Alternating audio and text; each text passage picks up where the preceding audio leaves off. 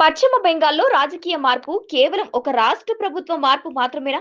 లేక దాని ప్రభావం నేరుగా భారత జాతీయ భద్రత, బంగ్లాదేశ్ అంతర్గత రాజకీయాలు, అక్రమ వలసల నెట్వర్క్లపై పడుతోందా?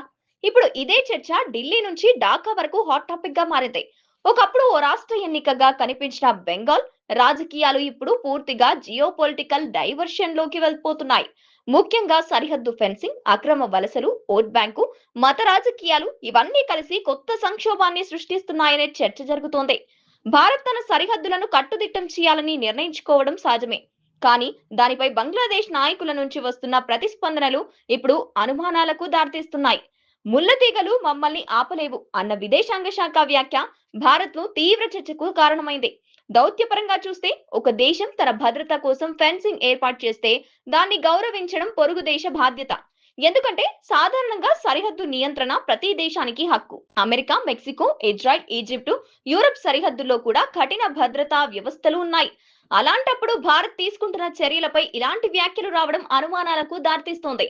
బంగ్లాదేశ్ స్పందించిన తీరు రెండు ప్రశ్నలు లేవనెత్తుతున్నాయి. అక్రమ వలసలను అధికారికంగానే మౌనంగా ప్రోత్సహిస్తున్నారా? సరిహద్దు నియంత్రణపై భారత్ కు ఒత్తిడి తెచ్చే ప్రయత్నమా? భారత్ లో భద్రతా వర్గాలు ఇప్పుడు ఇదే కోణంలో పరిశీలిస్తున్నాయని రాజకీయ విశ్లేషకులు చెబుతున్నారు. సాధారణంగా ఒక దేశ రాష్ట్ర ఎన్నికల ఫలితాలపై మరో దేశంలో నిరసనలు జరగడం అరుదు. కానీ బెంగాల్ రాజకీయ పరిణామాలపై బంగ్లాదేశ్ లో కొన్ని గ్రూపులు రియాక్ట్ కావడం ఇప్పుడు ప్రధాన చర్చగా మారింది. మమతా ఓటమిపై ఢాకాలో ఆందోళనలు జరగడానికి ప్రధానంగా మూడు కారణాలు కనిపిస్తున్నాయి. సరిహద్దు ప్రాంతాల్లో సంవత్సరాలుగా చొరబాట్లు కొనసాగుతున్నాయనే ఆరోపణలు ఉన్నాయి. అక్రమ వలసలు, మైనారిటీ ఓటింగ్ నమూనాలు, స్థానిక రాజకీయ ప్రయోజనాలు ఇవన్నీ పరస్పర సంబంధం కలిగిన అంశాలుగా మారాయి. ఇక మూడో అంశం ఫెన్సింగ్ భయం. ఇప్పటి వరకు సాధారణంగా ఉన్న బోర్డర్ ఇప్పుడు కట్టుదిట్టమైన వలసలు, స్మగ్లింగ్, నకిలీ కరెన్సీ నెట్వర్క్లపై భారీ ప్రభావం పడొచ్చని భావిస్తున్నారు. బెంగాల్ సరిహద్దు మొత్తం సుమారు 2200 కిలోమీటర్లు.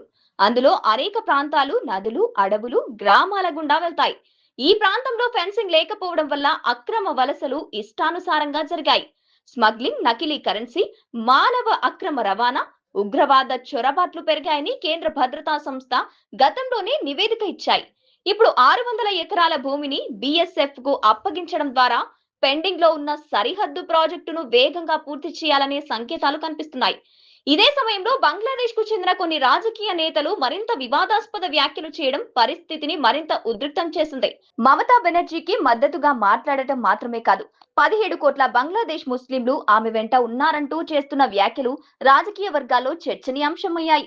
ఇంకా కొందరు నేతలు పశ్చిమ బెంగాల్ను స్వతంత్ర రాజ్యాంగంగా ప్రకటించాలని వ్యాఖ్యానించడం ఇప్పుడు భద్రతా కోణంలో తీవ్రంగా పరిగణించబోతోంది.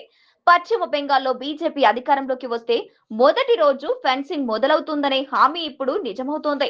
ఇది రాజకీయ నినాదం కంటే ఎక్కువగా జాతీయ భద్రతా సంకేతంగా ప్రాజెక్టు అవుతోంది. బీజేపీ ఇప్పుడు ఈ అంశాన్ని మూడు విధాలుగా ఉపయోగించే అవకాశం కనిపిస్తోంది. జాతీయ భద్రతా అజెండా, అక్రమ వలసలపై కఠిన వైఖరి, ఓట్ బ్యాంకు రాజకీయాలపై దాడి.